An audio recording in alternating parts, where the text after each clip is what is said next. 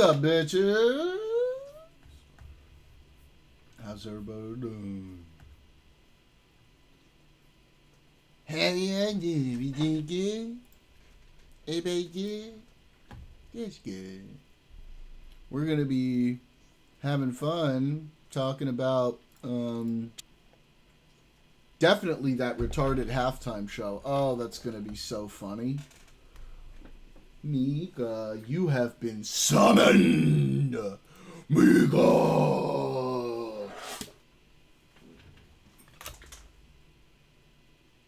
You want this? Say please. Say please. Say please. Say please. You could do a little louder. That's a girl. Come here.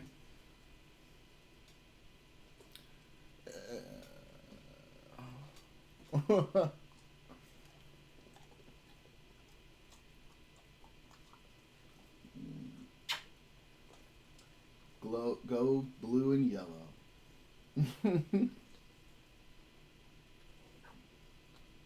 Hi, beans. No, come back. Come back. Everybody want to see you.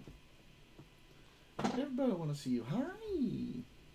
Hello. What up, Sleepy? How's it going? Sleepy Joe. Let me tell you, he had no idea what was going on. If I had been president, there wouldn't be a war in the Ukraine. Obama. Whoa. Pikachu. Go ahead, babes.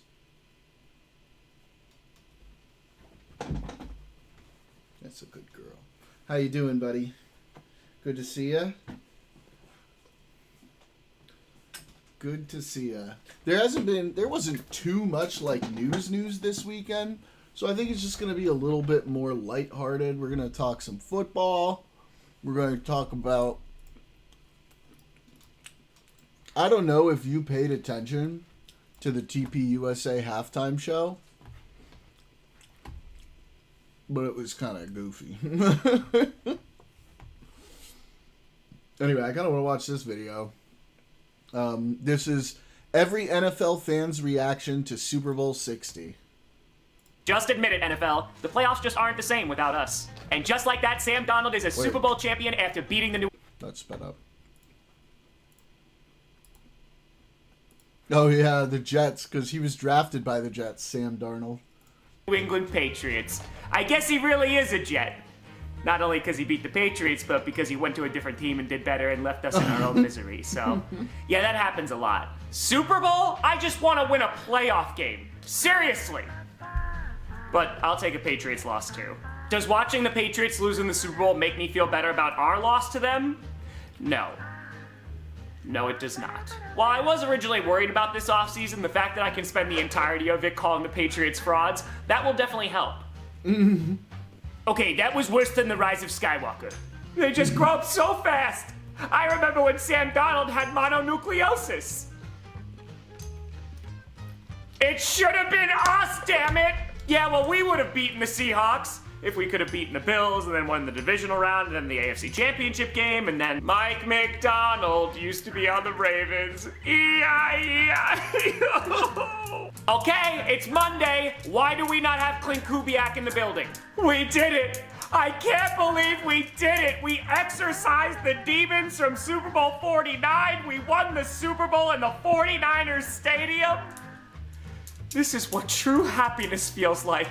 So I heard the Seahawks are up for sale. Is it possible that Haslam could go buy them so he can leave us alone? No, seriously, I do not want to go back into Levi's Stadium anymore. I don't care what it takes. We're going back to Candlestick. Yeah. How do I feel after watching our division rival win the Super Bowl against a team that I know we could have beaten? Great, why do you ask? Can we hurry up with the expansion team so maybe we can get out of this? It's so fucking true. It hurts. It hurts so much. Division. Wow, the Seahawks pass rush was really good in the Super Bowl. It'd be a shame if our pass rush for some reason got worse. Wow, that DeMarcus Lawrence guy is pretty good. He should be on our team. You see that, Joe Burrow? Drake May got sacked even more than you did in that playoff run. Please don't leave. So this is a great example on why we need an offensive line. After watching that game, yeah, I feel a whole lot better about Jaden Daniels. Yeah, Drake May did so poorly in that Super Bowl, you should just trade him to us. Looks like the Patriots could have used Caleb Williams, am I right? It's still weird having a good quarterback. Oh look, another bird team in the NFC destroying the AFC in the Super Bowl. Where have I seen that before? I remember when we defensively dominated an AFC team in the Super Bowl. And now we just are stuck with Todd Bowles. If Sam Darnold can do it, then so can Bryce Young. Please. I'm just so damn happy for Shaheed. He got a Super Bowl ring, and it'll feel even better after we defeat the Seahawks in the NFC Championship game because Shuck is taking us to the Super Bowl. Oh yeah, I'm just oozing with optimism that the Steelers are gonna make it to the Super Bowl next year with Mike McCarthy and potentially Aaron Rodgers. Just so optimistic. Watching the Patriots lose in the Super Bowl, it never gets old. Did we win the Super Bowl this year? Absolutely not, but at least we can all point and laugh at the Vikings.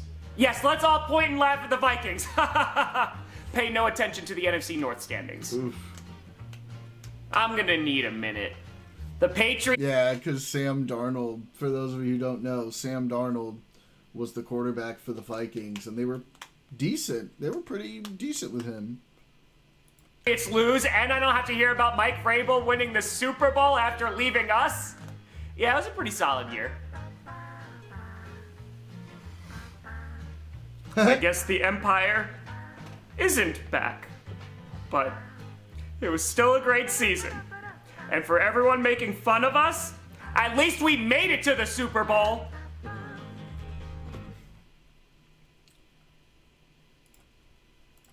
Damn. Yeah, he just hit 1 million subscribers. Good for him.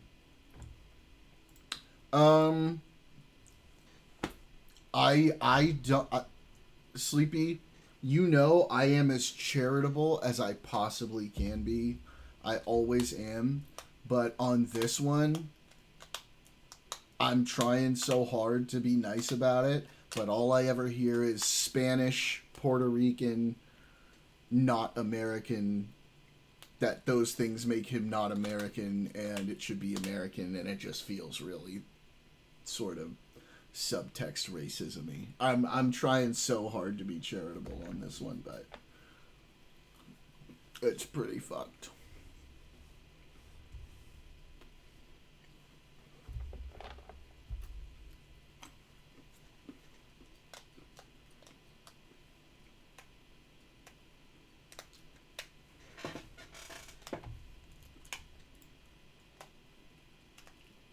I couldn't have said it better myself.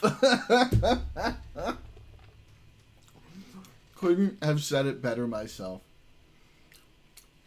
He was born an American citizen in Puerto Rico. It is so dumb.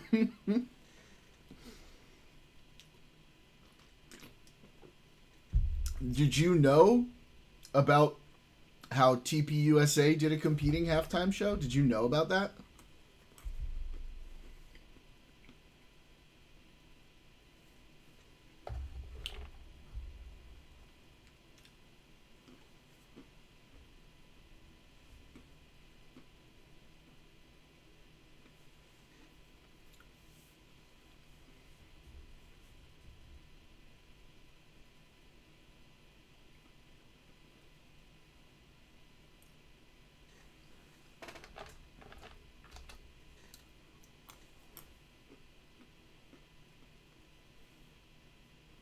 Oh, shit.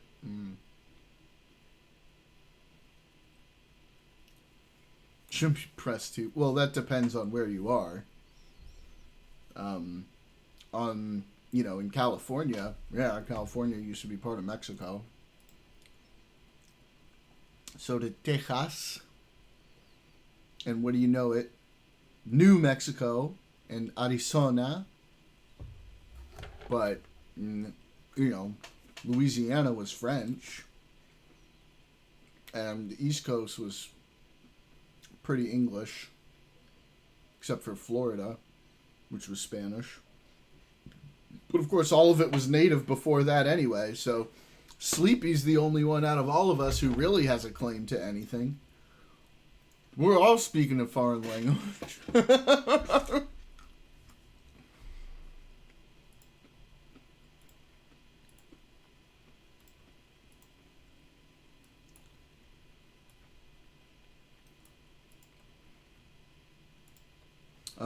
Yeah, so it was... so Sleepy, it was pretty bad. There was like lip syncing issues. Ugh. Only like 5 million people watched it versus a record-breaking 143 million for the Bad Bunny halftime show. But let's like, just to give a couple clips. Let me see if we can... Trash that Who lineup, are these? The bro. only one I know is Kid Rock, but like, Legit, who are these? yeah. Oh my god, he did the emo. Ew. He actually did like... No. Let's get like some actual clips of it, not people talking over it. Highest watched US YouTube live stream at the time, right? I don't know why they're acting like this is a big win. It was not even, it was a tiny percentage. Benny Johnson? Oh no. Oh, this is going to be some delusion right here. No, I'm going to save this for later, for when everybody's up in here. Because that's going to be hilarious. Oh, I hope the comments are really funny.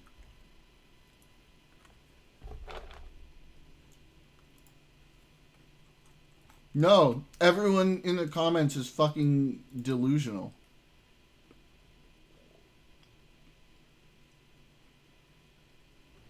I just don't want politics in my sports. I watch sports to get away from politics.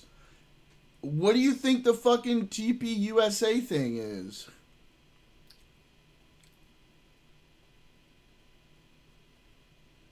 Oh my god. It's frustrating. Okay. Let's see. Switch count.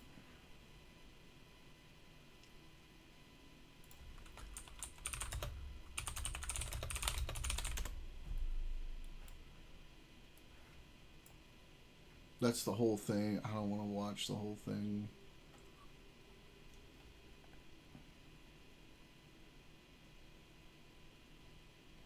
I mean, it's also just like the fact that your headliner is like Kid Rock, who hasn't had a hit in I don't know how many years, and B, like has some pretty questionable lyrics, and C, like outside of the couple hits he's had,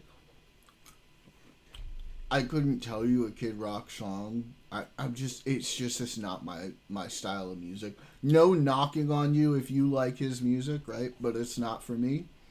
And to be fair, Bad Bunny isn't really my type of music anyway, but like, if you're talking about what's going to appeal to wider audiences right now, yo, I mean, I think we know the answer. Oh yeah, and there's this clip of XQC looking at... Oh my god, this is so funny, dude. Crushes Bad Bunny at NFL Super Bowl. That's pure delusion. Pure delusion.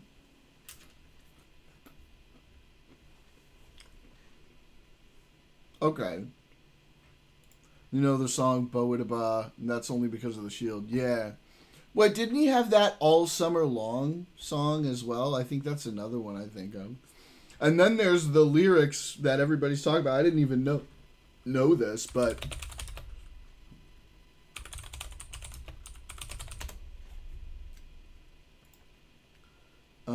wait, let's see.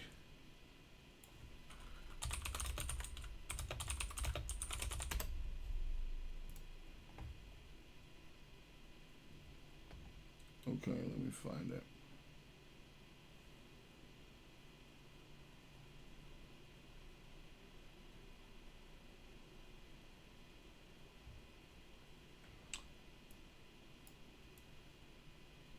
Okay, here it is. Look at these lyrics that I just highlighted. This is from a Kid Rock song.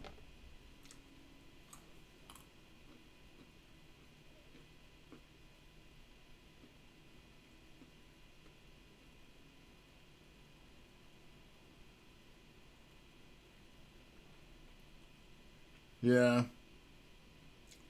Yeah. Yeah.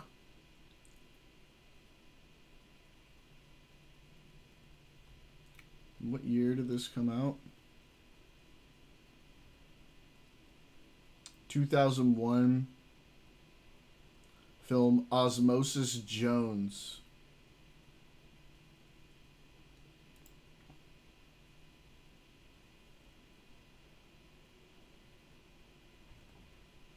Wrote it for Osmosis Jones. Although the All-American Halftime Show claimed to be a celebration of faith, family, and freedom. Oh, I need to show you this interview with, let's see. Piers Morgan had Megyn Kelly on, and it was, I mean, the whole thing was just pathetic. Like, they're saying, this is what the Super Bowl halftime show is supposed to be, right? And it's just like, you are literally leaving out huge portions of America based on your own point of view and what you want instead of what's the most popular. Well, I'll be joined by my panel in a moment. First, let's hear from the host of the Megyn Kelly Show. Megyn Kelly. Megyn, great to have you back on Uncensored. Great to see you back, sort of on your feet and looking so well, Piers. Do you know what? I took my first steps. I felt like Neil Armstrong today. I was walking along my high street with two What happened to crutches, Piers? 24 I days saw. after face planting, and it felt like a moment. I was like out of the house, suddenly breathing fresh he air hurt his again. femur. The whole thing has reminded me that He tripped. in the end, if you don't have good health, They're getting you're pretty screwed. dumb. I'm not going to watch so the whole true, thing. but I you're- just want you to watch this part because I didn't watch the panel. I mean, maybe we should watch the panel if they're all talking about the Super Bowl show. Strong. Good for you. I'm amazed. I saw that picture and I thought, A, it's great you're back on your feet, and B, good for you for posting your progress. A lot of men wouldn't want to post that with the Skipped two around. crutches, but it's a testament to your fortitude that you're doing it at all and that you're still doing your show. I admire your strength, as always. Do you know what? I mean, I won't labour the point, but 100,000 people a year in the UK alone have hip replacements. Now, mine was forced by injury, but actually, that's a lot of people. And I just thought, I've got a lot of followers. Why don't I just tell them how I'm getting on? Because Yes. the response I've had has been incredible. People telling me about what they've been going through. Okay, we it's get a big it. thing. Yeah, we get it. Piers, you hurt your leg, and everyone's relating. That's lovely. Let's get Hip replacements are the new cool thing. That's right. And now you don't have to worry about it in 15 years like the rest of us will. Look, we're getting older, Piers. That's the truth. But you know what? We're the youngest we'll ever be for the rest of our lives, so let's enjoy it. Do you know what? You sent me the best response, or best message. You just said that pains in the arse like me and you, we never die young. So we've got that going for us. Fingers crossed. Well, talking of pains in the ass, let's get into something, because there are going to be some things that I talk about with you where we're going to be in total agreement. But I'm going to start with something where I know we are totally in go. disagreement, and that is Bad Bunny. So Yeah. I got up this morning and I watched it all without reading anything about it. I just thought, I want to watch this completely clean, without anyone's view contaminating my brain cells. And I watched all 15 minutes of it. And I've watched every halftime show going back 30, 40 years. I thought, as a piece of theatre, it was the best I've seen. Just the most extraordinary kind of Broadway on steroids piece of theatre. I also thought it wasn't remotely divisive politically in the end. His Grammys speech was, but his performance, I thought, was actually a lot of things which I would have thought people on the conservative right would applaud. It was about love. A couple actually got married, for real, in the middle of it. He was preaching about unity, not just the United States of America, but the wider Americas. What was the problem, Megyn? A certain male gesture is coming to mind, but I'm not sure I can do it on the show. No, it wasn't about what he was actually going to do during the middle of the Super Bowl performance. It's about him. It's about him being chosen as the Super Bowl performer, somebody who's been an outspoken critic, of course, of the Trump administration and of America and our anti-immigrant policies. This is long before the current controversy over ICE. He doesn't want illegals deported from this country. Well, too bad, because the majority of Americans do want that and are not shy about pushing for it, and that's why President Trump got elected. So he and his little buddies over at Green Day never miss a chance to Well, Green Day's American, though. bash the United States of America. He got selected because Jay-Z, for some reason, has got the choice over who performs at our Super Bowl, who's another problem. Don't even get me started on his friendship with Jeffrey Epstein. Why is he choosing who's appropriate for American children to watch Bro, she's all over the place. during All our over seminal the sporting place. event? And I'm sorry, Piers, but to get up there and perform the whole show in Spanish is a middle finger to the rest of America. Who gives a damn that we have 40 million Spanish speakers in the That's 40 million fucking people. Who gives a damn? Literally every other Super Bowl halftime show in history has been in English. They do one in Spanish, and you get your fucking panties in a bunch? Get the fuck out of here. The United States, we have 310 million who don't speak a lick of Spanish. This is supposed to be a unifying event for the country, not for the Latinos, not for one small group, but for the country. We don't need a black national anthem. We don't need a Spanish-speaking, non-English performer, and we don't need an ICE or America hater featured as our primetime entertainment. Okay. As a half Latino, I would like to say very clearly, Megan, you can stuff your head right up your own fucking ass, okay? Representation is a good thing, not a bad thing. The fact that you feel uncomfortable because for once your fucking white Christian ass wasn't represented in a Super Bowl halftime show, I wish I could express to you how little fucks I give about your opinion on that. You are doing fine. Nobody needs you have no need for extra representation in the Super Bowl. The fact that you're getting so mad about this is fucking pathetic. It shows how spoiled you are. Okay, what is the national language, officially, the national language of the United States of America? I mean, English. And there's been a push for many years to make it an official documented thing. You don't have You one. don't have one. Right. Damn right. Piers was actually pretty based on this, I think. You would have let me finish my comment. I would have pointed that out, but people have been pushing to make it official. They've always been. Okay, so you're trying to make official. There's been a push to make it official for years and years and years and years. That doesn't fucking mean anything. A push doesn't mean anything. There's not a serious push. That's not going to happen. Attitude that you have right here is why you in Great Britain have lost your culture. You ceded your culture to a bunch of radical Muslims who came in and took over, and now it's gone. We're not allowing that here. Oh my god, dude. She's fucking going off the handle. Whether it's Hispanic, whether it's Muslim, it's not happening in the United States of America. That's why President Trump was elected. And whether it's Bad Bunny, who is American but refuses to speak English in his performances, or anybody else, we have to keep the Super Bowl, which is a quintessential American event. Football, that kind of football, is ours. They call it American football. And the halftime show and everything around it needs to stay quintessentially American. Not Spanish, not Muslim, not anything other than good old-fashioned American apple pie. There should be a meatloaf, maybe some fried chicken, and an English-speaking performer. That's what the Super... Well, first of all, no fried chicken because you would call that black stuff and you don't want black anything, right? So no fried chicken for you. But seriously though, the NFL has been trying to branch out across the world to make it something that's bigger than just the United States. Like good sports should be. Apple pie is mid as fuck. I just had a McDonald's apple pie the other day for the first time in my life. And it was all right. It wasn't terrible. I think you can make a really good apple pie. But I don't really equate apple pie with being quintessentially American. I equate it with being a tasty dessert. And once again, this is like the rantings of a lunatic, this woman right now. This is like, let me grasp at every possible fucking straw that I can find to try to justify my outrage because the rest of us really know you just don't want a Spanish speaker because it pisses you off because you're a white Christian American who's been warped by a bunch of the far-right conservative culture wars into thinking that A, there's a great replacement happening, and B, somehow that's an insult to you. Grow the fuck up, okay? If you need a tissue, fucking get one.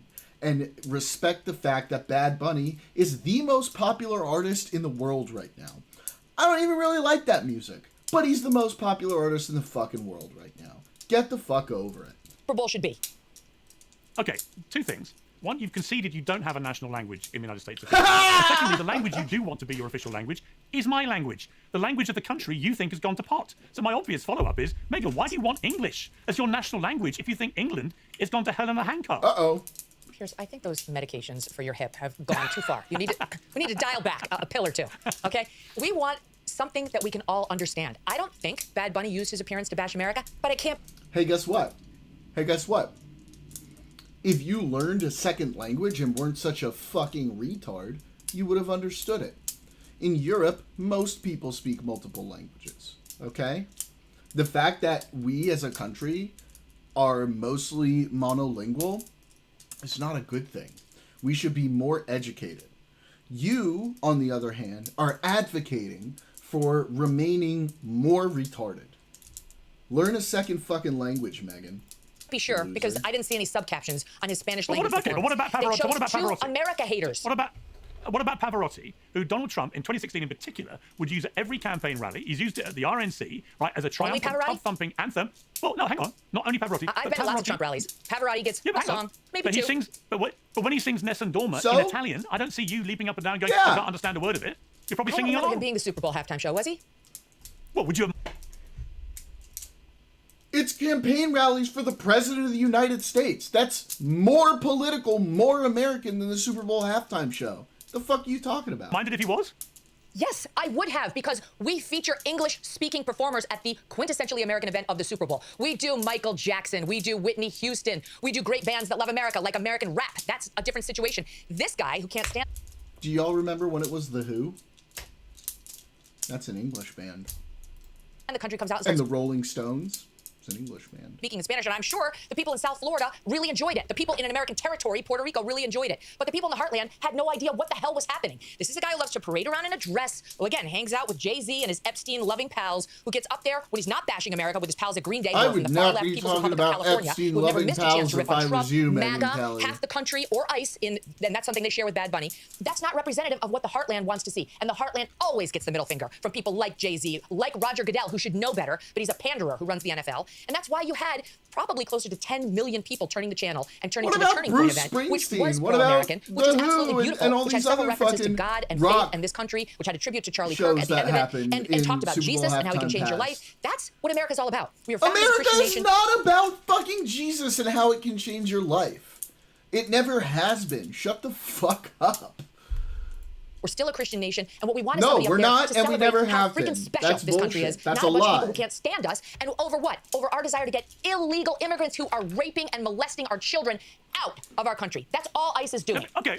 I wonder if anyone's ever going to let her know that half of the founding fathers weren't even Christians. They were deists.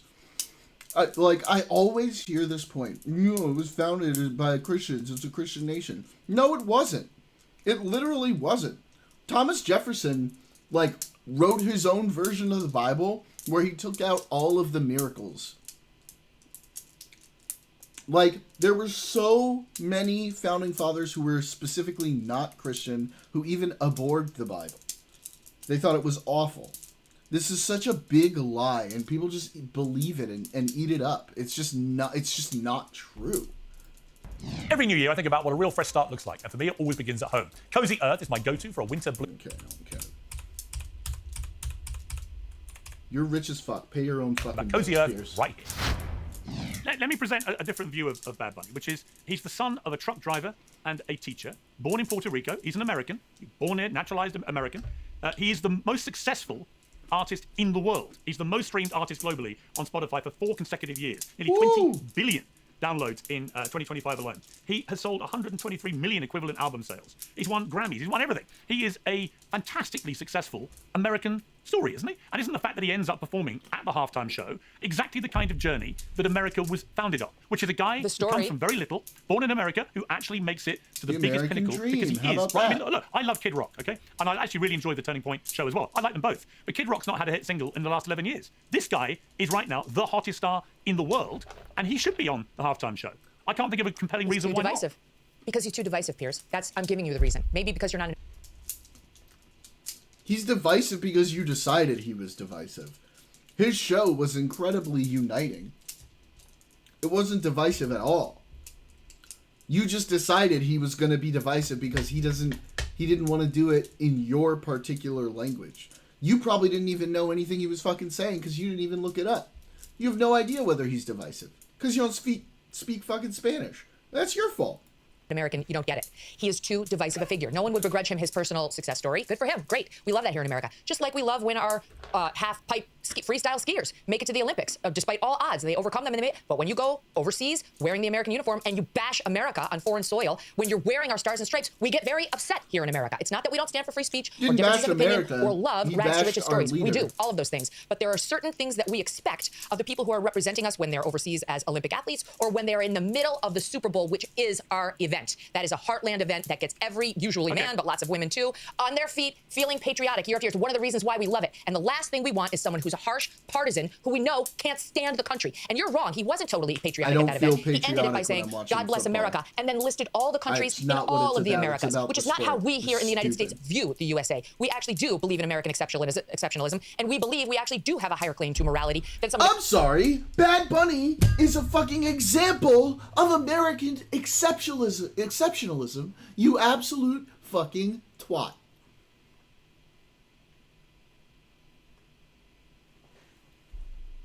countries he was listing, like Mexico. But you wouldn't want him to have his First Amendment rights infringed on his ability to criticize certain policies of a particular Of course not. American No one's talking about that. He has no right to perform at the as an Super Bowl. American citizen? Yes, he Really? does. That's disqualified. So The First Amendment has nothing to do anyone with who's ever it. The First Amendment has nothing to do with it. The First Amendment is about government censorship of speech. Hang on, hang on. Anyone who's been critical then of the U.S. government should not be allowed to perform at the halftime show. Is that your position? I don't think that'd be my selection. I do think you should find somebody who is more of a unifier, and there are plenty of them. There are still millions of people out there who have very strong political opinions, but they don't voice them publicly because they realize they're in a line of work where that can be alienating to their customer base. The same is true for these performers. And if you want to be super outspoken, if you want to be a Jane Fonda, then go for it. But don't expect yourself to be placed in the middle of what's supposed to be a non-partisan event and be a so-called unifier. We put up with this year after year after year. But right now, we're in a serious battle over immigration enforcement, something the country voted for overwhelmingly. And to pick two acts who are as outspoken against that as these two and plop them in the middle of the event is a middle finger by Roger Goodell. It's picking a side in the most divisive debate we're having right now in the country, and it was wrong. It was a mistake. Good. Well, I'm glad we reached a point of zero agreement on that. But let's move to an issue where I think we will agree. And this is the separate issue of Hunter Hess, the US Winter Olympic skier, who said this at the weekend. It brings up mixed emotions to represent the U.S. right now, I think. It's a little hard. There's obviously a lot going on that I'm not the biggest fan of, and I think a lot of people aren't. I think for me, it's more I'm representing my friends and family back home, the people that represented it before me, all the things that I believe are good about the U.S. I just think if it aligns with my moral values, I feel like I'm representing it. Just because I'm wearing the flag doesn't mean I represent everything that's going on in the U.S. That is a totally fine fucking statement. I mean, Sleepy, do you feel like that was like a hateful statement towards the country? I don't think so at all. That is totally fine and acceptable. You see, I think when you're representing... Look at her roll your ass. Dude, that's fine. If an Olympic athlete had said that about Joe Biden when he was president, you'd be all fucking for it. I'm trying to think, what would I feel if that was a Team GB guy saying that about Britain? And I wouldn't like it, because I think if you're representing your country in a global event like the Olympics, just avoid criticizing your country while you're doing it. It seems to me a pretty straightforward transactional deal. Do you know what athletes over here would give to don the stars and stripes and go represent the United States at the Olympic Games? Fine to me too. Anything. Those things get decided by 1/100th of a second. Like, if he had gone up there and said the sort of far leftist, no, I don't want to, represent this capitalist hellhole. We need a revolution in the United States, blah, blah, blah. I'd have a fucking problem with it then too, right? But that statement was just fine. When it comes to speed or landings, etc. And this guy, he gets the privilege of going. And he has forgotten the most important lesson of the great Herb Brooks, who coached the Miracle on Ice team that won against the Russians in 1980 in an event so historic, and they've made several movies out of it. You should watch this with us on my stream. Bro, I just woke up and I'm going back to sleep. I just wanted to drop in and say hi. That's it. How you doing? I hope you're doing well. Sweet dreams, bud. Yes, thank you, Shiny Jesus. Hang on. My fucking headphones unplugged. Damn it. Wish there was a better solution that doesn't always do this. Give me 1 second. Look at this, bro. I really love this fucking shirt. Okay, I think I should be able to hear you now. Yeah. That's it. Nothing. Good night. It's just I just wanted to drop in and say hi. All right. Well, feel free to pull my stream up and leave it open as background noise. All right. Well, don't worry. Take care. Documentaries beyond, which is the name on the front of your jersey is a whole hell of a lot more important than the one on the back. You go because you're representing the United States of America, not the guy back here. No one gives a damn about you, Mr. Hess. You'll be forgotten in about 2 minutes, whether you win gold or not. That's the truth. But wow, you really love our athletes, don't you? your bad behavior about your country and the flag that you have been sent to represent will be remembered for a long time. You have single-handedly managed to alienate more than half the country, because it's not just conservatives who are outraged at this. There are still a lot of old, regular, moderate, liberal Americans who don't like this crap. If you can't represent the country proudly, don't go. And he says, oh, I'm representing my family and my friends. That was not that bad, dude. They don't have the power to let you wear those stars and stripes. They are not empowered to grant you that uniform and let you say you represent the United States of America and run in the red, white, and blue, or ski in the red, white, and blue. They can't do that for you. Your friends and family can give you the hot cocoa when you come in from the mountain, but they can't give you the stars and stripes and America on your back. So if you can't represent that country proudly, get that jersey off of your back and give it to someone who can. I think I speak for most Americans when I say we'd rather lose. We'd rather come in third or second or not place at all than win with a guy who can't stand the country he's doing it on behalf of. That was not what he said. Yeah, exactly. Yeah, exactly, Sleepy. He didn't even say he can't stand the United States. You're literally putting words in his mouth that he didn't say. Megyn Kelly just sucks, dude. She's the worst. Today's show is sponsored by Oxford Natural, makers of the Optimum Day and Optimum Night all natural supplements. Nope. Pay Pay your own fucking bills, Piers. Let me ask you a difficult question one of my team asked me, because I kind of agree with you. And one of my team said, okay, but what would you feel if someone from the Russian team or the Chinese team suddenly spoke out against them? I was just thinking that. I was like, yeah, but if we watch someone from a country we don't like say something like that about their country, we love it. We're like, that's fucking great. Their governments. Would we say the same thing, or would we actually cheer them on? It's an interesting question. Well, I don't think we'd have to debate it because they'd be dead before the beginning of their... Way to not answer the fucking question. How about you answer the fucking question, Megan? How about that? Heat. I mean, China does not tolerate that, and really Russia doesn't either. It's only America that, of course, that's the bitter irony. Like, you know, there's an ice skater, Piers, some no-name... Are you trying to suggest that we shouldn't? ...loser who got out there and ripped on America, too, because she's pansexual. No one even knows what the hell that is. It's fake, made-up bullshit. Just because you're a vanilla fucking weirdo who has to stay in the most boring sexual fucking circle that you can possibly imagine doesn't mean that everybody else has to get stuck with that, Megan. Let me tell you something. You're a fucking weirdo, okay? You are so concerned with everybody's sexual orientation and genitals. I'm sure you talk about trans stuff all the time.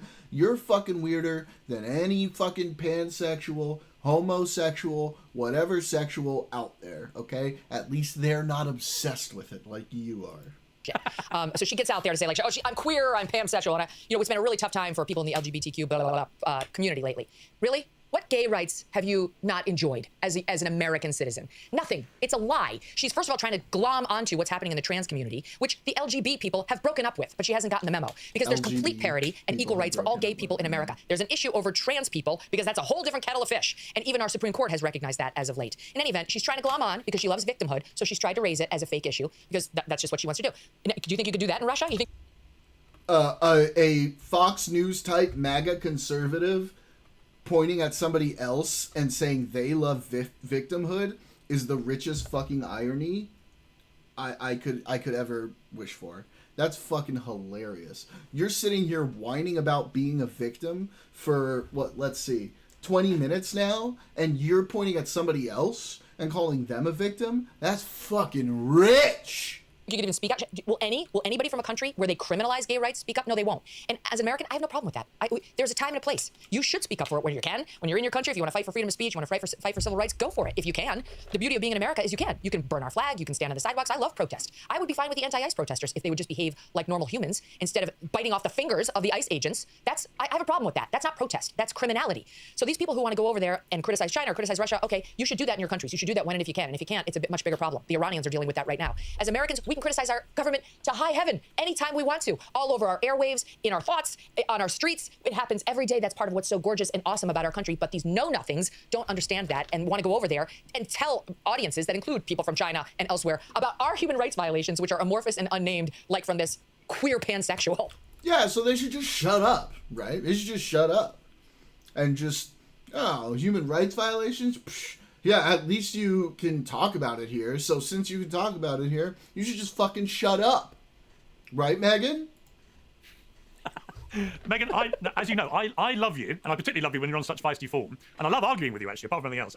But not everyone is a super Megyn Kelly fan. You've been taking a lot of flack recently, and I want to play a clip from Kara Swisher from the podcast Pivot she does with Scott Galloway, who's actually coming on my show a little later today. So I want to get your response to this.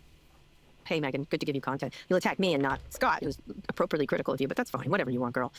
Next up, Bill. I've been on Megan's show. Have you been on her show? No, of course not. Why would I? Why would I soil I don't get myself? it, though. I think she's very talented. She has turned into something else, Scott. You're not paying attention. No, I would argue over the last few years, Megan has gone very, very conspiracy theory and has decided the more insane, incendiary shit I say, is it that she's making money, or has she seriously lost her shit? Yeah, I don't know.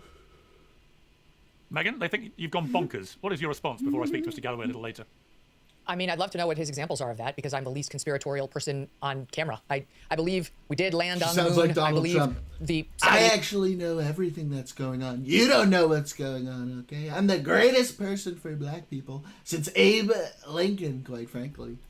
We're behind 9/11. I believe that Lee Harvey Oswald killed JFK. That's something my detractors want to say about me because they don't think I'm critical enough of Candace Owens. That's really what it's about. But let me tell you why Kara Swisher actually doesn't like me. Because Kara Swisher is embarrassed. Just bringing up my name triggers her because we used to be friends. And I was going to go on her podcast. And I was booked for, I think, a Tuesday.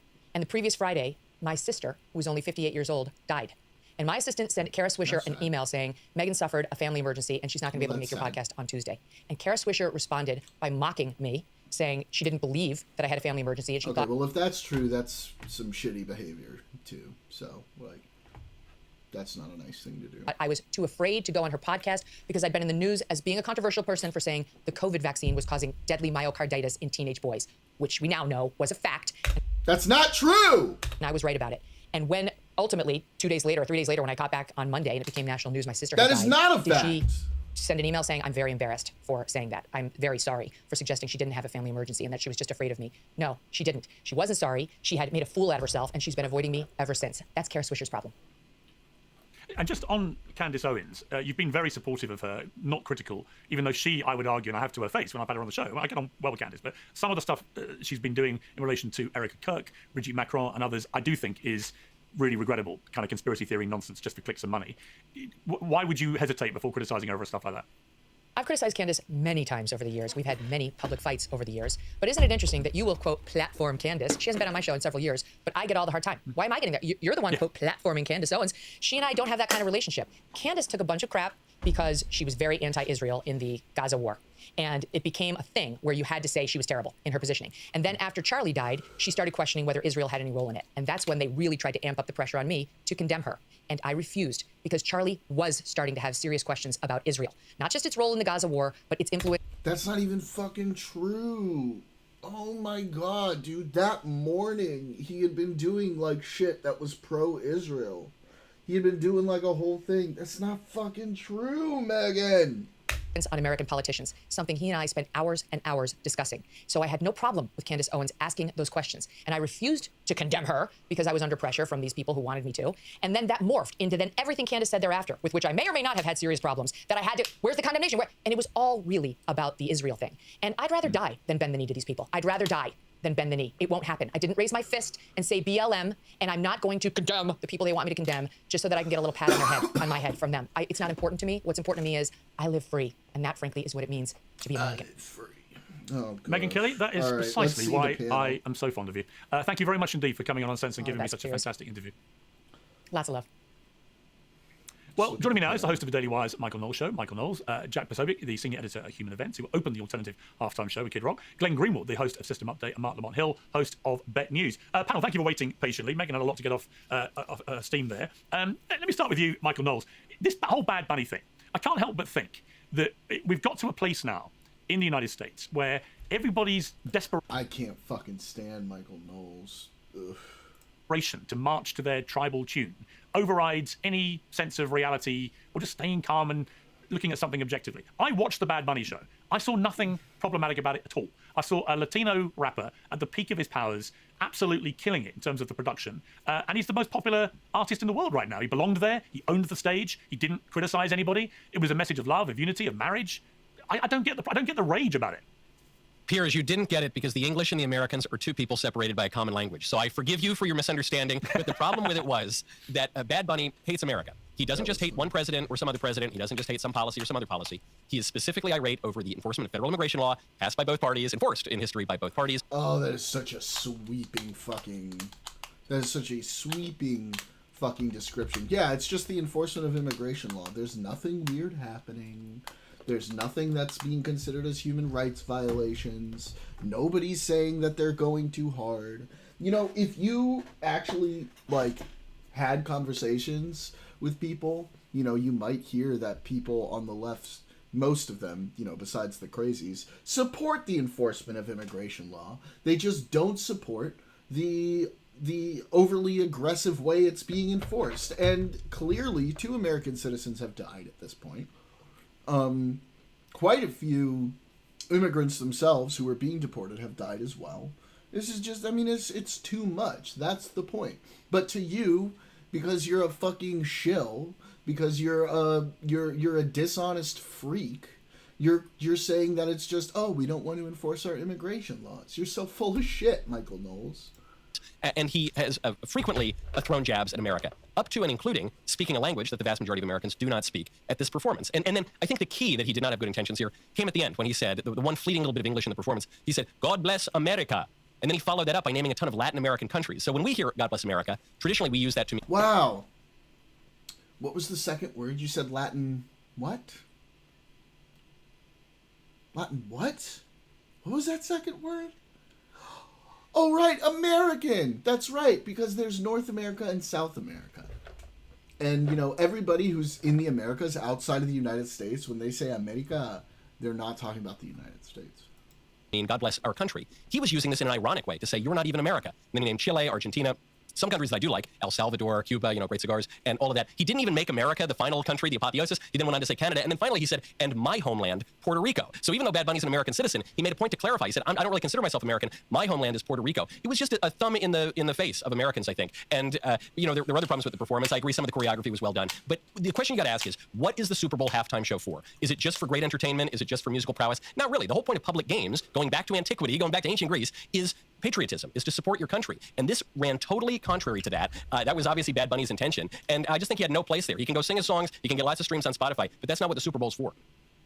Martin Lamont Hill, I mean, there are 54 million Americans who have Spanish as their first language at home. That number is rocketing year by year by year. So, you know, in 20, 30 years, it's quite likely that the United States will have as many people who have Spanish as their first language as have English, which, by the way, is my language. So the language thing in particular, I don't get. This is a guy who's the most streamed guy in Spotify history, I think, and he always sings in Spanish. That is, every album he does, every song is in Spanish. There's nothing unusual about Bad Bunny singing in Spanish. And if 54 million people in America understand it, does it really matter that a few other people like me, for example, watching from London, didn't understand what he was saying but enjoyed the show? Oh, Piers being fucking reasonable. Look at that. You know, that's a very good point. You didn't understand it. So fucking what, dude? You'll survive. You know, the funniest part is we live in a world now where you could pull your phone out and have like a live translation of it if you really wanted to understand it. But no, you just want to fucking whine about the fact that it wasn't in English. Grow the fuck up. Well, that's exactly right. I mean, there are a few things here. First, you're right. 54 million people speak it as a first language. Tens of millions more speak it enough to understand it. So it's not as if he was speaking in some cryptic, indecipherable, obscure language. You're speaking in one of the most important languages in the world, and certainly one of the most important languages in the United States. But let's not pretend that Americans only enjoy music that they understand. I mean, half the people, you go to any white bar in America and let it get late enough and Macarena come on. I promise you, they will be dancing their asses off, and they won't know a word of it. And guess what? It's just okay. But performances aren't just about the language. It's about dancing. It's about the set design. It's about the lighting. It's about all of the things that made that such a beautiful performance. You mentioned the wedding that took place. All these other things that took place there. I thought it was an amazing performance. That wedding was I also really just want to push back against this idea that Bad Bunny hates America. If Bad Bunny were to be someone who hated America, being from a colonized land of Puerto Rico, it would be understandable. But I don't want to conflate a principled critique of America or immigration or ICE with hating America. I have the same critique he does. Does that mean I hate America? Does everybody on the left hate America? Yes. I'm sure people on the right would say yes. But that becomes exactly. But that's what makes the argument so unhelpful for the bigger conversations, because we position anyone who disagrees with American policy or challenges American power arrangements as being a hater. And that's the issue. I think the performance was great. Okay, fair enough. But I think that conversation has become so expansive that it outlives its usefulness.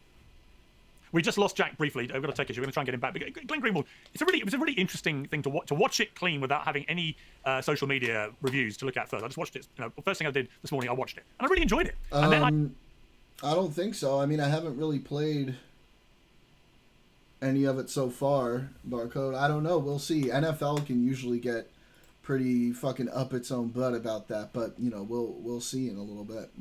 I turned on social media. Suddenly, I had to hate it or I had to love it, but there was no middle ground. There was no nuance. There was nothing allowed. The president said it was the worst halftime show probably ever. Just honestly objectively from a stop the piece of YouTube theatre. stream It's before very I hard get to argue. into, Look, I think Michael Jackson did the greatest one ever, followed by Prince. Other people have different favorites. But as a Clips piece of of the theatre, halftime I shows. thought this was the best I've ever seen. It's so elaborate, so smart, so Yeah. clever. And I didn't get a sense of hatred. In fact, quite the opposite. I got a sense of love and marriage and harmony and unity. And I don't even agree about the Americas stuff because, you know, the Americas are the Americas. And what's wrong with actually a Latino rapper acknowledging that the Americas go a little bit further than just the United States of America? Exactly. Yeah, I think. All right, let's see.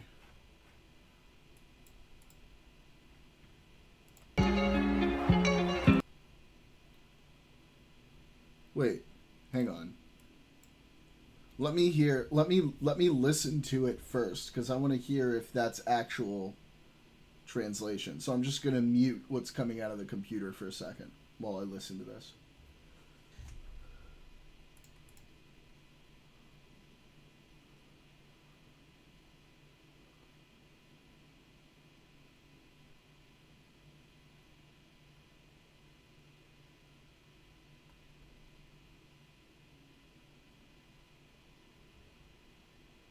Yeah, it's definitely not.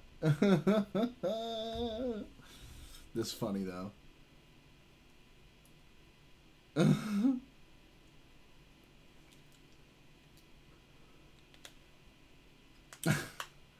That would have been, I would have been like, because like I didn't actually listen to the halftime show. I had the game up on my screen, but I was doing other stuff, so I had the sound off. So I didn't know. I would have been very impressed if he was actually doing that. That's funny.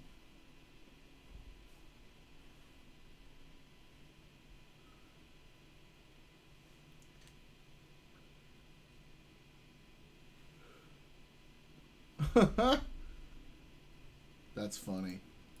Me, that's kind of the heart of the matter. I personally didn't like the halftime show all that much. Just like from a musical perspective, it's not the music I like. I'm not of the generation that, you know, likes Bad Bunny. That's totally fine. I think the question is, why does everything now have to be put through this prism of this like existential right-left culture war? We can't even have the same halftime shows anymore at the Super Bowl. Kid Rock is an extremely ideological and politicized figure. Had he been the host of the presenter of the Super Bowl, the main presenter, I assume that the American right would have been fine with that, even though he's been extremely critical of American politics. Okay, I've seen Glenn Greenwald say a lot of stupid shit. But I think I'm going to let him finish his point, but it seems like he's making a pretty good point here.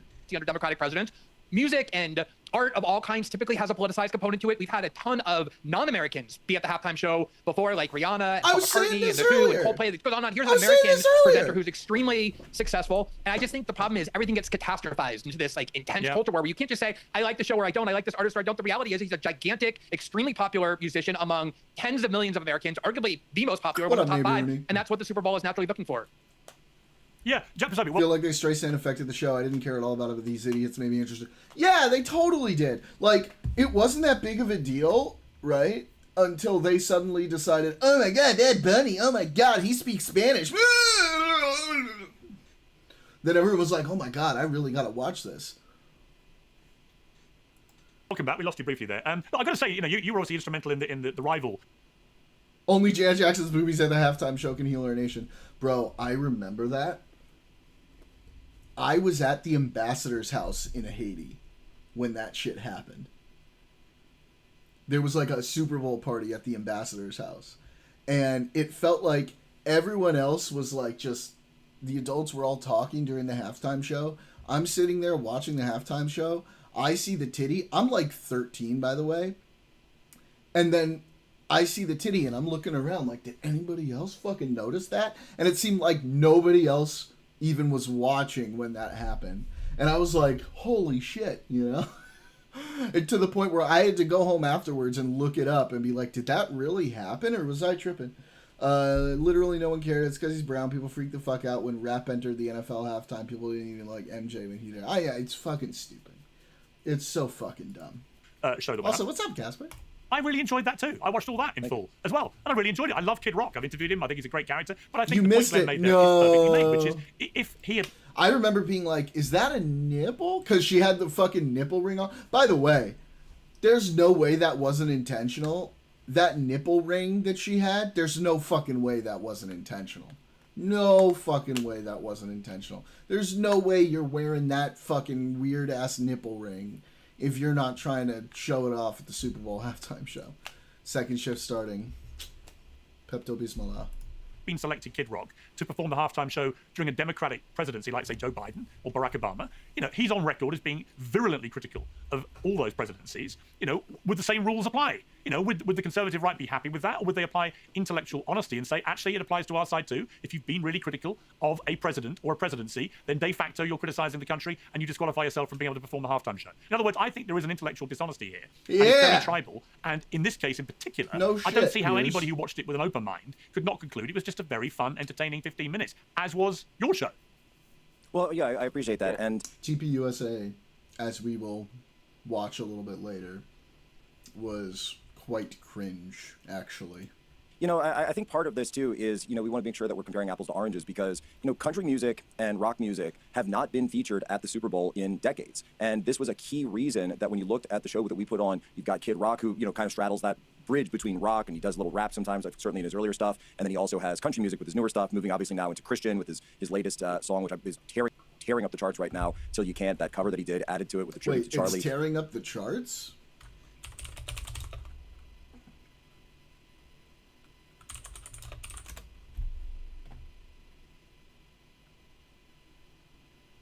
Till You Can't. Okay.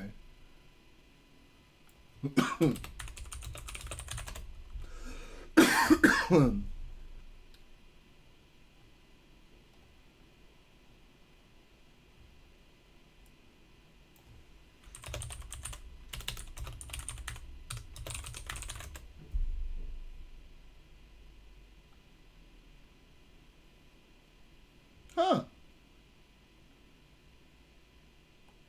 Oh, look at that. It did. It hit #1 on the US iTunes top songs chart. After the TPUSA show. Let's see how long it stays there. And so this is a group of people, this audience of people, which, by the way, overlaps very much with the demographics of who watches the NFL, who watches the Super Bowl, that has been completely underserved. Because for years, the Super Bowl, going back to 2019, signed a deal with Rock Nation that's run by Jay-Z, as Megyn Kelly was talking about that a little bit a while ago. And they've completely rejected these type of artists. So country music, rock music, not shown the type of music that middle America, average Americans, what they would refer to as flyover America. Stephen Colbert was attacking people the other day, saying, oh, these are a bunch of unknowns, you can't even pronounce their names, right? And then we got more views than he did. And by the way, the numbers just speak for themselves. It was the #1 entertainment event in YouTube history, the #1 US live stream in US history, or excuse me, YouTube history, #1 American event. I mean, that's not that crazy. What about on Spotify? Let's see. Till You Can't Spotify chart.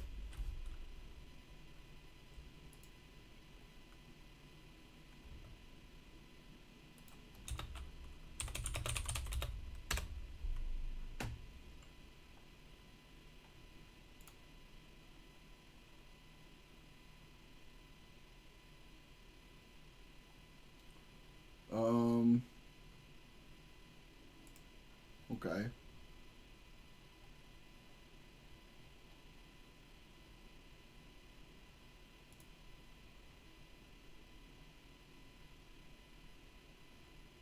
I don't think it even charted on Spotify. Oops.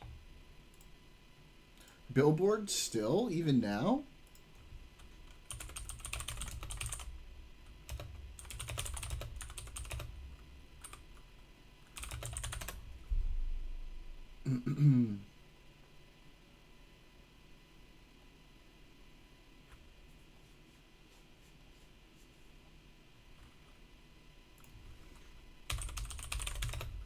Oh, okay. Billboard, here we go. Billboard Hot 100. View chart.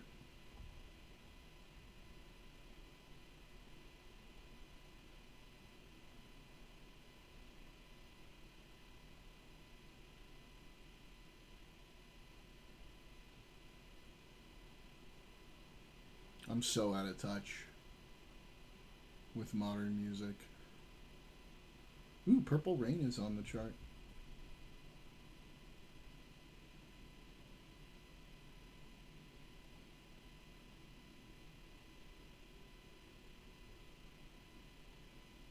I don't know who like any of these people are.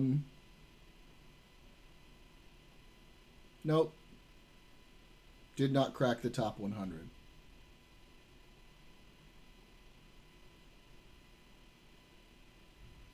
Did not crack the top 100. And in YouTube history, #1 English language live stream in YouTube history. So the numbers speak for themselves. There were a lot of people who switched over last night.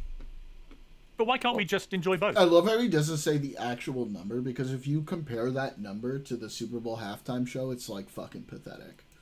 Why does it have to be politicized, or as Glenn put it, catastrophized, where everyone races to be kind of virulent, when actually, what's there to be virulent about? I mean, if Bad Bunny had turned all political during the performance, I'd agree with you. It would have been inappropriate. Well, he was politicizing it before. He was the one who politicized it in the first place. This isn't the first time that Bad Bunny has played a Super Bowl, right? He performed with Shakira back in 2019 when she was up on stage. You had like a smaller part, a backup singer, but he wasn't being political back then. So nobody really batted an eye. Nobody had a problem with it. And Shakira, obviously, she's I think Colombian. Wait, what year was that? Played a Super Bowl, right? He performed with Shakira back in 2019 when she was up on stage. You had like a smaller part, a backup singer, but he wasn't being political back then. So nobody really batted an eye. Nobody had a problem with it. And Shakira, obviously, she's I think Colombian. Jennifer Lopez played there. She has Puerto Rican ancestry, and nobody cared. It was just a nice Latin music show. The point was that he was being political. I want rock to come back, man. I'm such a rock head. All the way through. His choice back, I think it was October when they announced him, is really what drove so many people to say, you know what, I don't want to watch a show like that. We're going to turn the channel. We're going to put on something else. And we were able to really step up and meet that demand for something that's just pro-America, is in English, celebrates the country, and by the way, reaches out to a group of people that have been overlooked for decades by the NFL. Yeah, so Michael just to be clear, I mean, well, hang on one second. Just to go to Michael. I made this point to Megyn Kelly earlier. Is in a way, he's the perfect American story. He was born in Puerto Rico, part of the United States. His dad was a truck driver. His mum was a teacher. He wasn't born with any money or any privilege. He worked his way to the top. He worked hard. He got a break. He took it, and he's become the biggest star in the world. I mean, if you look at just his downloads on Spotify, he's #1. He's the guy, and therefore. Yeah, but guitar music isn't necessarily the same as rock.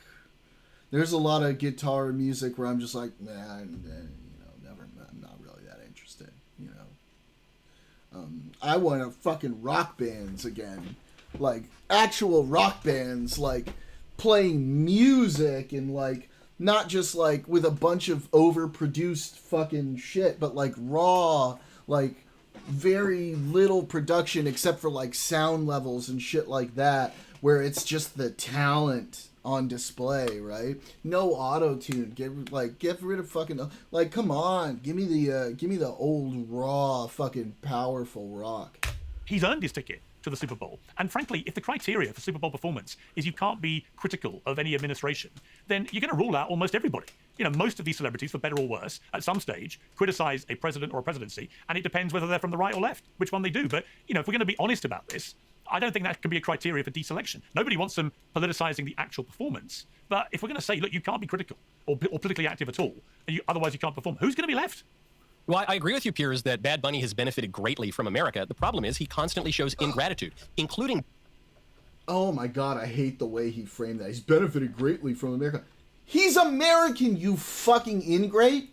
During the performance. The very fact that he made this little joke at the end, he said, God bless America, but I'm actually going to name all these Latin American countries, and I'll throw America in there somewhere toward the end, but I'm going to claim Puerto Rico as my homeland, not America, even though I'm an American citizen. That is an expression of the kind of ingratitude that we were expecting from Bad Bunny. The fact that, if we were supposed to have this great unifying performance, the fact that he sang exclusively in a language that most Americans, and certainly most Super Bowl viewers, don't speak, is offensive. That demonstrates an ingratitude toward the country. And even if he were talented and skilled, and I'm not saying that he is, I find his music awful, I'm totally with Glenn there, even if he were talented and skilled, the Super Bowl halftime show is not something... That's not what Glenn said. Glenn didn't say he wasn't talented and skilled. Glenn just said that's not my type of music. You're such a fucking little shit, Knowles. You're such a little shit. I think the rock scene down under is still alive and well. Yeah, it's big in South America too. Like in Argentina, it never went away, which is awesome. Purely meritocratic event. We do it for a reason, and we do the Super Bowl for a reason. This is America's, not the whole hemisphere. A lot of the hemisphere like soccer. This is America, USA, baby. This is our main sporting event of the year. It's a celebration of America. The purpose of it is for patriotism. It would be nice if the audience were able to... The purpose of it is to see who wins the season of the NFL. Fuck you. You probably don't even really know anything about football. The purpose of it is to celebrate America? The Super Bowl? Fuck you, dude. Don't take my sport for your own fucking means. A few years ago, you would have been the same guy who's like, oh, there shouldn't be politics in our sports. Fuck off. Understand the music, and it would be nice if the performer didn't constantly express antipathy for the country that I think you're right has been very good to him. I just don't think he's been very good for the country. Did you understand When music? Donald You speak Spanish? Hang on. I'm curious. I'm just asking. No, I want to ask Michael a follow-up, which is this. So when Donald Trump... Can you just answer that yes or no? What was the question? Exactly. Did you speak Spanish? Did you understand the music? No, I have Italian, a touch of French, Yeah, and Latin, probably. but unfortunately Bad Bunny doesn't sing in any of my preferred When languages. I was there, they were still big into classic rock.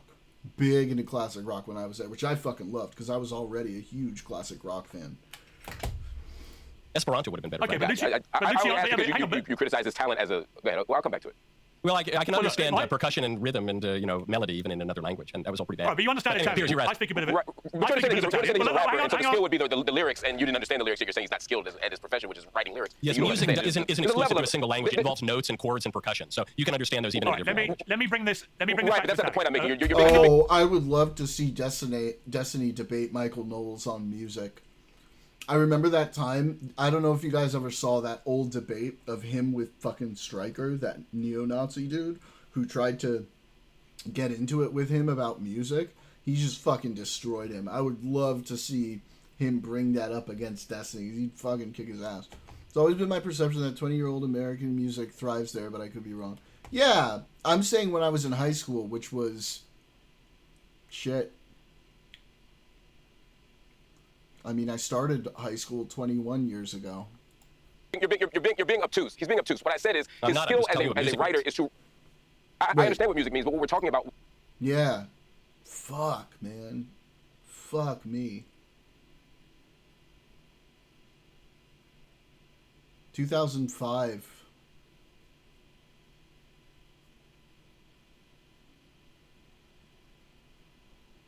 Jesus Christ, I'm fucking old. Was his writing. You said his skill, his express skill is writing music. It's lyrics. And No, I you're didn't say that. I said it was music. his skill. You inserted that because you tried to make a point that I refuted.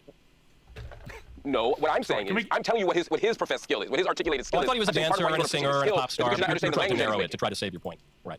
Look, No, I'm let not me doing just- that. I'm trying to make a point that you're not hang on. listening to. All right, Mark, look, let's just agree. Whether you like him or not, he's obviously a brilliant singer-songwriter, or he wouldn't be the most streamed downloaded guy in the world. The point I would make to you, Mike... He's saying he's not a great songwriter. That's the point I'm making. Well, hang on.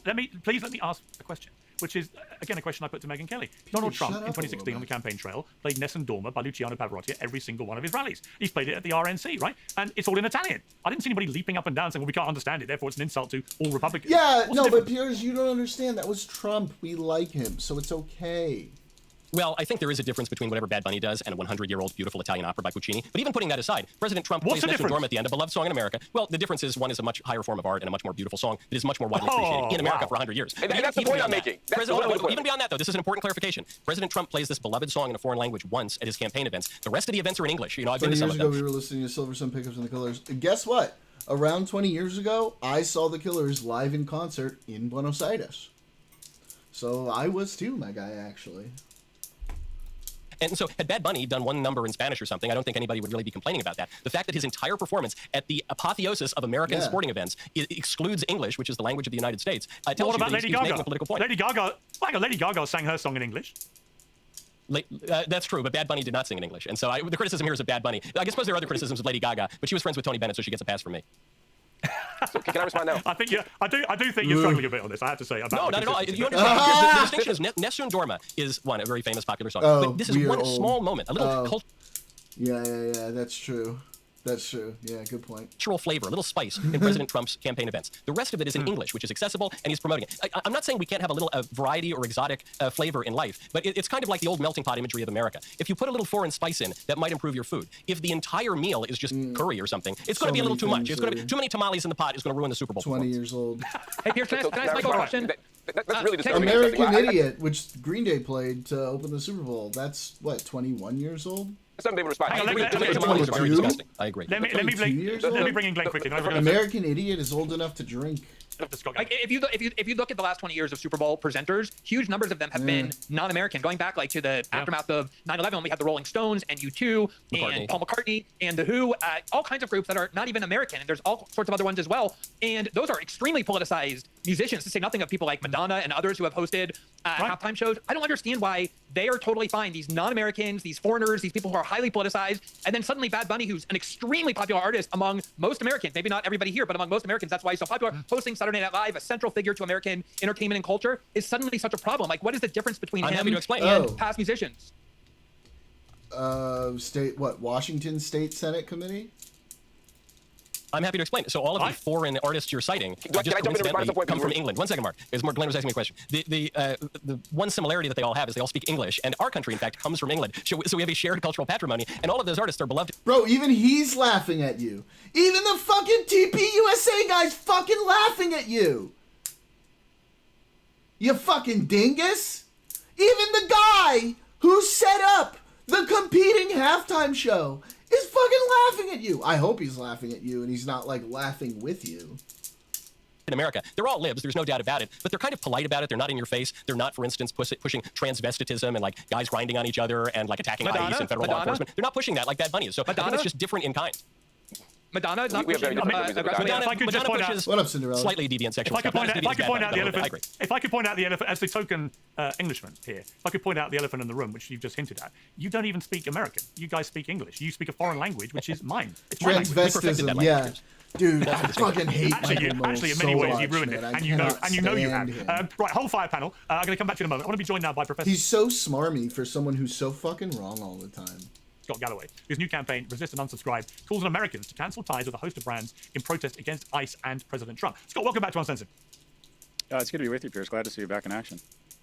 Thank you. I would say fit and raring, but I basically hobbled up my high street for 20 minutes today, and that's the limit of my range, but I'll take it. Small acorns. Just, first of all, do you have a view about Bad Bunny, about this whole debate?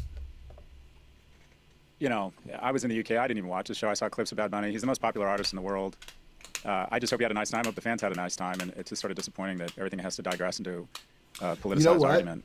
After we finish this, I'm gonna cut the YouTube stream, and I think we're just gonna watch both halftime shows.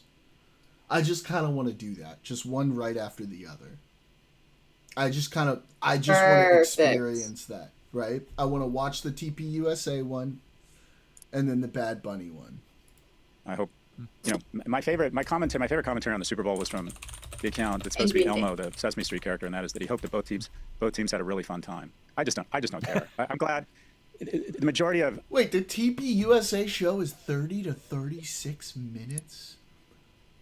Oh, it was pre-taped. What? Oh America my now, God. under the age of 18, is now non-white. The NFL. Oh, that's so weak. It was a brilliant move to bring on an artist that's the most popular person in the world.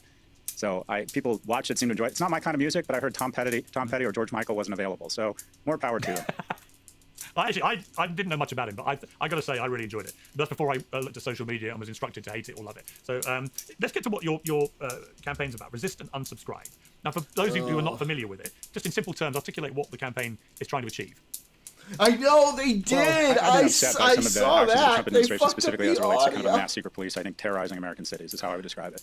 And I think action absorbs anxiety. So I've taken my modest footprint and asked people to resist and unsubscribe. If you look at where Trump has backed away from policies, it's not because of protests or even the courts. It's been when the markets respond. So when he backed away from the notion of annexing Greenland or away from punitive kind of irrational tariffs, it was when the bond market or the S&P collapsed.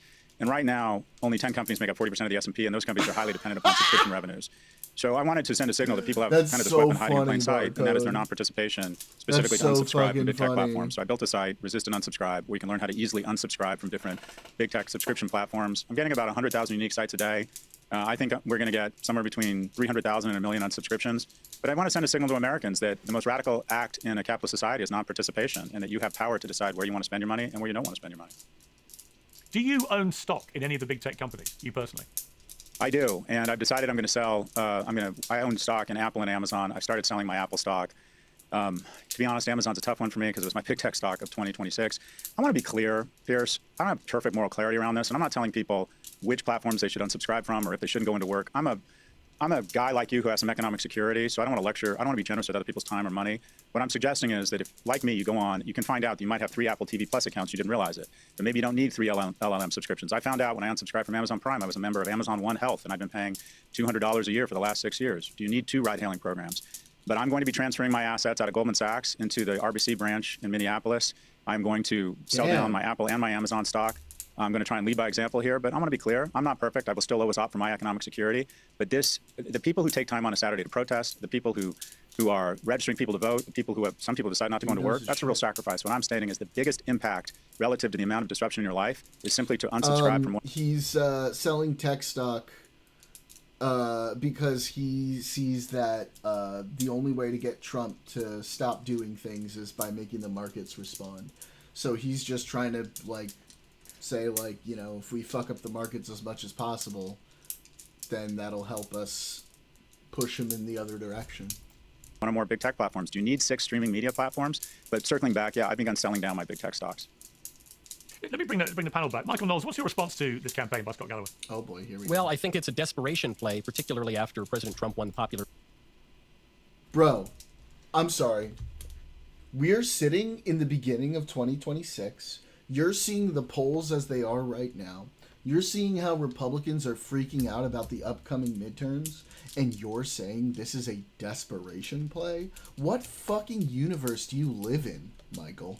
Vote, the popular vote, particularly on the issue of mass deportations and illegal immigration, because what it sounds like the professor is doing is calling on people to punish tech companies, not merely for supporting Trump or in some cases in any way supporting Trump, but because he rightly observes they're propping up the U.S. stock market. And so the upshot of all of it is that the left wants to tank the U.S. economy in order to punish President Trump for the crime of having been elected by most American voters. I get it. If my party had just been vanquished at the polls and if the other party had unified government, I might be trying to make these desperation plays too. I think it's contrary to the common good. I think if the U.S. economy actually did take a serious hit, that would really hurt people, some of the people that the professor claims to speak for. I think it's unpatriotic generally, but I kind of get it because they've tried their electoral and political and legal means. They tried to take out Trump 10 ways from Sunday, and it hasn't worked. So I guess the last attack is let's try to destroy Amazon.com. Scott, your response? Yeah, we don't know each other, but I can guarantee you there's almost nothing that's desperate about my life. Two, not your life, if you look at polls, is what I'm saying. If you look at polls, I would argue that polls are not the president's friend right now. Oh, I swear I didn't pre-watch. And what we have is probably the most unpopular president at this point in the presidency in history. And two, everyone has the right to decide where they're going to spend money. Look at him. He's so mad. He's so mad. Look at it. Look at his mouth. He's so mad. Where they aren't.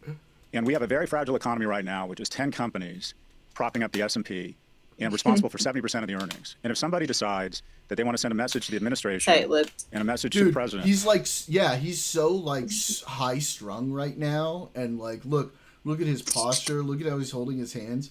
Look at how fucking relaxed he is. He's chilling. He's like, yo, dude, your dude is fucking dying in the polls.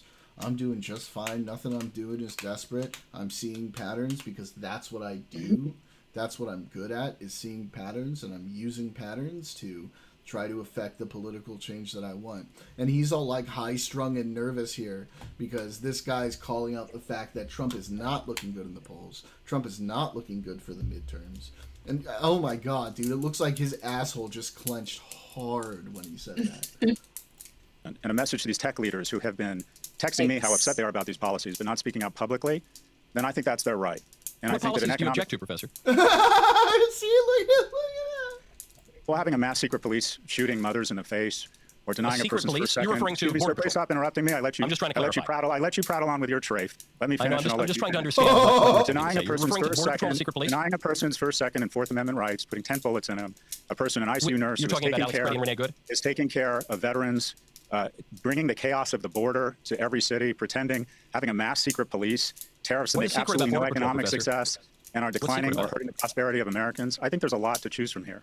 Okay, so I wanted to clarify, because you say that you're very upset and we need to tank the U.S. economy in order to stop these awful policies. I did not say we need to tank the U.S. economy. You said you want to damage the companies that are propping up the U.S. economy. So I'll just make the point. It's your right to not support companies. You say it's their right, but you're calling on them to do it. So you're encouraging them. This is not a neutral action. You're saying that you want that to happen, and you want it to happen because President Trump is deporting people, not through a secret police, through a very public police, which is Border Patrol and ICE. Obama deported more people than Trump. Excuse me, Professor. Obama deported more people by than the U.S. Congress and the laws that President Trump won the popular vote to enforce. He's just like, this is what you want. This is what you want. Dude's like, no, that's not what I want. But this is what you want. No, that's not what I want. That's not what I'm doing. Dude, Michael Knowles is such a fucking shithead, dude.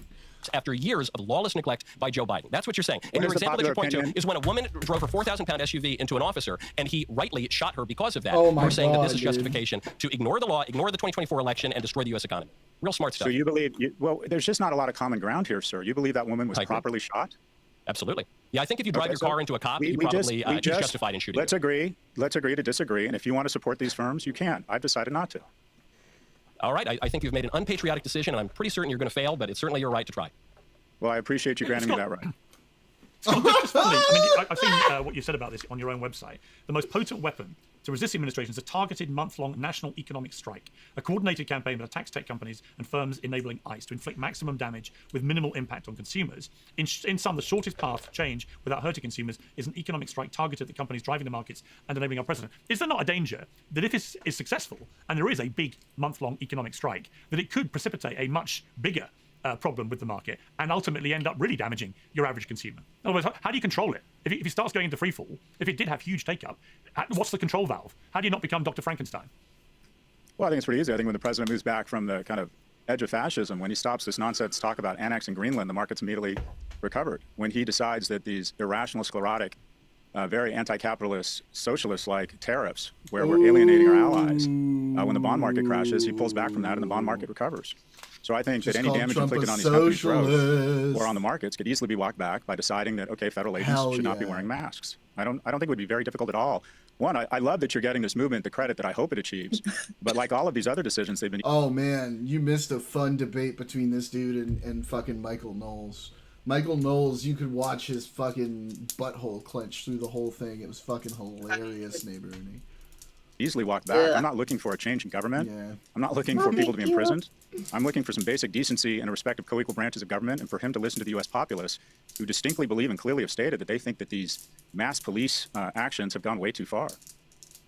Professor Scott Galloway, great to have you back on Uncensored. Thank you very much. 5 years we Thanks, still Pierce. can't Good to see figure you out back. how to ban plastic bags. Let's go back to the panel. I actually want to In move on to a California, different they're issue, pretty which is effectively the issue banned of now. the Trump meme that he posted around midnight, which featured, well, we'll show a bit of it here, but it featured the Obamas as apes in a jungle, as cartoon apes. Now, Maybe I'll bring as we my know, reusable bags originally, next the White time I'm House there. tried to explain this was part of a wider meme, which it was, which featured a number of politicians in the jungle. Although it was quickly pointed out there were no apes in the Jungle Book, so Make sure you it didn't do. quite work. But it was part of a wider meme. That was the original Ooh, the explanation, pinky. with no apology or anything. But then, as the Oh, backlash it is began to very spread, not just from people on the left, but also to Republicans, Donald Trump came out And ran and said through a that actually it highly had been complex and unconstitutional income tax. Gotta love them terrors. posted by a staffer late at night, erroneously. It shouldn't have been done, that he hadn't seen it. Now, as with all these things, let me start with you, Mark Lamont Hill, on this. As with all these things, I thought the best thing to do was to go and look at the original. Look at the original, which I did. The original clip which Trump reposted was 60 seconds long, of which the Obama bit was the last 3 or 4 seconds. It is entirely plausible to me that Trump never got to that bit, that he saw the stuff at the start, which was all about Biden and all these things he's been claiming about Yeah, Biden's administration true, being hopeless and so on. It's quite possible to me that Trump, who hasn't got a great True. attention span, never got to it. It's also quite possible he's not telling the truth about the erroneous staffer, and it was him that did it. We don't know. It's definitely a fact that the White House came up with one explanation and then he contradicted that with Wanna another. like Mark So Lamont, but he I've seen the has argument that crazy obviously takes this, sometimes. people say this shows he's a Man, disgusting I racist feel and blah, like, blah, blah. But do you I feel accept like the possibility? there's almost nobody in the public sphere anymore who isn't fucking nuts about something. It's so annoying. Like, can't everybody just be like fucking normal? Can't we just be make normal great again? How about that? How about make normal great again? That he just never saw it, and that actually, in the end, very late, they did delete it and they acknowledged it shouldn't have been posted. I can't imagine that the most thoughtful, nuanced, educated, and curious president in American history, the most stable genius in the history of the U.S. presidency, didn't carefully read every single thing that gets posted on Truth Social. I believe in his commitment to the job, and therefore I'm. I don't know what it is with this dude. This is the TPUSA guy who did the All-American halftime show, and he keeps laughing at like the Trump disses and like laughing at like Michael Knowles when he says something stupid. Why? I don't know. This guy seems all right. His points about the other halftime show weren't crazy. Like, I don't know. He seems all right. I want to hear him talk about other shit. I'd probably be like, yo, you're a fucking idiot. But, like, when it comes to talking about the halftime show and listening to, like, Glenn Greenwald and Mark Lamont, like, he's been seeming all right. I don't know. Willing to accept that he saw it. Make politics but let's say, boring again? however Yeah. implausible it is, that he didn't see it, that a staffer posted it. My first question would be, well, what kind of staffers do you have who would have this type of judgment? Now, everybody, Democrat, Republican, hires bad people. So I wouldn't hold him purely accountable for hiring a bad person, although I would suspect that the person he hired is not only bad, but racist. But if that were the case, the next step would be to say, hey, I hired a staffer who did a really awful thing, or not he himself, but perhaps the press secretary would say, hey, we made a bad choice. Somebody did something awful. The president didn't know about it. We got rid of them yesterday. And this is a non-issue. In fact, he may even look like an anti-racist hero. But instead, they tried to convince us that we shouldn't believe what we saw with our own eyes. They convinced us that we misunderstood, that we were taken out of context, that if we could only understand this movie, or if we could only understand how media works. Anything goes wrong, and the way the Trump admin responds to anything that goes wrong, every single time makes it so much worse, because they just... It's like obvious that they're like, nope, we can't do anything wrong. They can't admit a single little bit of fault, and it makes them look crazy. It makes him look worse and more like a narcissist every fucking time. I mean, there are all these narratives coming, not exclusively from the White House, but from other sources as well, that the problem was us, that our sensitive eyes and ears were the problem. And it was only after the backlash started coming from people like Tim Scott and others who said, look, even we think this is bad. We love kissing the president's butt. We don't think anything is racist, and we still think, I don't know, maybe you shouldn't put the Obamas as monkeys. It was only then that they were able to take this third tack. It's the lying and the dishonesty and the misdirection that makes it hard to believe or trust any of it from them. And that's why I'm frustrated from this. Jan Posobiec, it's quite hard to know what to believe here, isn't it? Because of the changing narrative from the White House itself. And Mark raises a good point. Was that If Jack it was a star who did this Posobiec? erroneously Oh, late never night- mind. He's a fucking idiot. Man, he's been making decent points today, but nah, he's a fucking idiot. Given the obvious damage it caused to the reputation of the White House and the president, because it's blatantly racist, that part of that meme at the end, why has that person not been fired? Yes, he is. Yeah, look, Pierce, I caught this a little bit late as far as everyone, when it was going viral, and I didn't even realize, to your point, that it was at the end of a longer video, which, I think anyone's been on social media long enough, they've probably had something like that happen, where they post something, where you watch part of it, and you think, oh, this is great, I'm going to retweet it, I'm going to embed it, and then suddenly there's something that pops up at the end that, you didn't intend to. I do kind of buy that that's probably what the explanation was as to what happened. I probably think they just missed the end. It was one of those autoplay deals. But at the same time, that being said, I would say that you gotta tighten up the social media team, whatever that is. So if this was a staffer, you gotta tighten that up. And certainly there's been turnover. Will he say that they should apologize? Already in the social media team, around the president, around the White House, wouldn't be the first time. And as a staff, that you do actually have to overview what is getting posted on your accounts. You have to view what is going up, what is going out, because that's going to ultimately reflect on your administration. It's going to reflect on your White House. And so if you're doing social media for the president, guess what? That's your job, first and foremost, your full job. Glenn Greenwald, I mean, I wonder how many people went and looked at the whole meme that was posted by Trump on his Truth Social, because I do think it changes the potential context, because it is 60 seconds long. The Obama thing just pops up out of nowhere, completely disconnected to what you've previously watched. It's almost like it's, a conspiracy theorist, and it may not be a mad conspiracy, would almost suggest this has been done deliberately to trap the White House, or trap Trump, or trap people on the right to post this. Well, it could be. I've seen that positive. It's not a mad idea. You put something right at the end of something they all love to look at, which is the earlier part of the meme absolutely is into the MAGA playbook about how awful Biden was, and then at the end you put something in there very quickly which is incredibly racist and offensive, and you hope people don't notice, which it looks to me like they didn't. Do you believe, Glenn, that Donald Trump saw that bit of the meme, saw the Obamas as apes in a jungle, and still posted it himself? I honestly don't. And the reason why I don't is because Donald Trump has been in public life for 10 years. He's obviously made a lot of statements that have been controversial, polarizing. Lots of people found offensive. Lots of people found racist. But this is a level of sort of bluntness and overtness, just like, hey, I'm going to post a video that shows the Obamas as apes. That just seems unlikely to me to have appealed to Trump as something that he ought to post. There have been people who have isolated this video and seem to have demonstrated that it comes as kind of a continuation of the video into a next video, that it wasn't even part of the original video. And the fact that Trump took it down, that the White House took it down, is the kind of expression of regret that you rarely see from Trump, I think, indicating that this is a line that he would not typically have crossed. After seeing it, after seeing like the whole video there, I don't think he like purposefully went and was like, ooh, let's post this racist video. I do think it was dumb, and another sign of how out of control his administration is, that it got there and it wasn't properly seen by either the staffer or him or whatever have you. Do I think he bluntly decided to post a video of the Obamas as apes? Probably not. But yeah, once again, just another sign that his admin is crazy. Been something that he had actually seen and had I registered. think he definitely Absolutely would. He just didn't end up seeing, despite the change know in if he would. explanations. The one thing I want to That quickly add, would though, be is a I do new think level that there has been a lot of even kind if of he like increased... believed the racist stuff, I'm that so would be sorry. a new level of fucking stupid for him to actually It's getting post older. that. What? What? He is getting older. Oh, yeah, I mean, yeah, maybe he's just getting senile. Maybe as he gets more senile, he'll just start to post racist things. Transgression when it comes to overtly racial Well, themes in our discourse, in large but part this one because did there's seem a lot like of censorship, a lot of like suppression, and that creates a backlash where people say, no, I'm going to prove that I can talk about this. And this the is other thing what there have been they'll kinds of tell racist you. discourse Hey, from if the you other don't direction like that are completely America, acceptable. There you was a video circulating in the Democratic state legislator saying, we minorities all have the same oppressor. These are white people. We have to make sure we unify and take over the country and render white people a minority. And when you start to kind of ratify or endorse that type of racial discourse in one direction, I think the reaction is obviously going to be where if that kind of racial discourse is allowed, we're not going to care so much about racist discourse from another group. And that's a big part of the dynamic here. Yeah, I mean, Michael Knowles, just finally on this, I mean, I did see some people arguing, I thought there was merit to that argument, that people on the left think nothing of portraying Donald Trump as Adolf Hitler, who murdered 12 million people, including 6 million Jews in the Holocaust.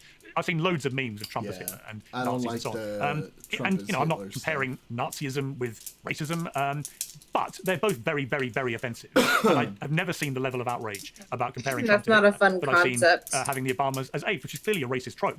You know, I don't think Trump saw it, I but I don't do like think it would have served Hitler him in good comparisons stead in general. to have You're actually never just gonna said, see me do you know that. what? This was done completely inadvertently. I didn't see it, the end of this, and I'm very sorry for the completely understandable outrage it caused. It was totally unintentional. It would go so far if Trump just occasionally did that. If he just accepted he screwed up, you know, and just he'll never give an inch. And it's because he says the other side don't. But I just wish sometimes, as someone who's known him a long time, come on, Donald, you can do it. Just say you screwed up and you're sorry.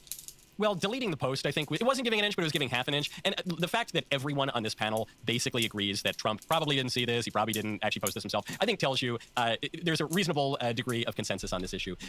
Obviously. Yeah, you could still be like, yo, we made a mistake, didn't see it, sorry, it's gone. Why is that so fucking hard? Why can't you just say that, Mike? Oh, that's right, I know why, Michael Knowles, because you have your mouth and nose firmly up in Trump's fucking ball sack all the fucking time. The separate video with Obama as the monkeys. His that shrivelly was a part of a separate old meme that came after, which is something we haven't talked about. And it's worth pointing out. I actually, not only did I go watch the first video that Trump posted, which has nothing to do, it was clearly some kind of autoplay afterward, but I went to see the one that it referenced. And if you watch that whole video, yes, it's got all these Democrats of all racial backgrounds as various animals. But then I thought, okay, well, it's still kind of bad if only the black people are portrayed as monkeys, right? Deleting Even the if you have post is other considered acknowledgement of a mistake. Exactly, Barcode. Like, what a fucking... Like, this is why Michael Knowles is such a disingenuous piece of shit. There are Democrats in there. But I looked, and it's not true. Actually, Joe Biden is portrayed as a monkey as well, and Hakeem Jeffries is portrayed as not a monkey. So it doesn't actually, in context, even break down along racial grounds. Obviously, it's distasteful. The president thought it was distasteful. He took it down.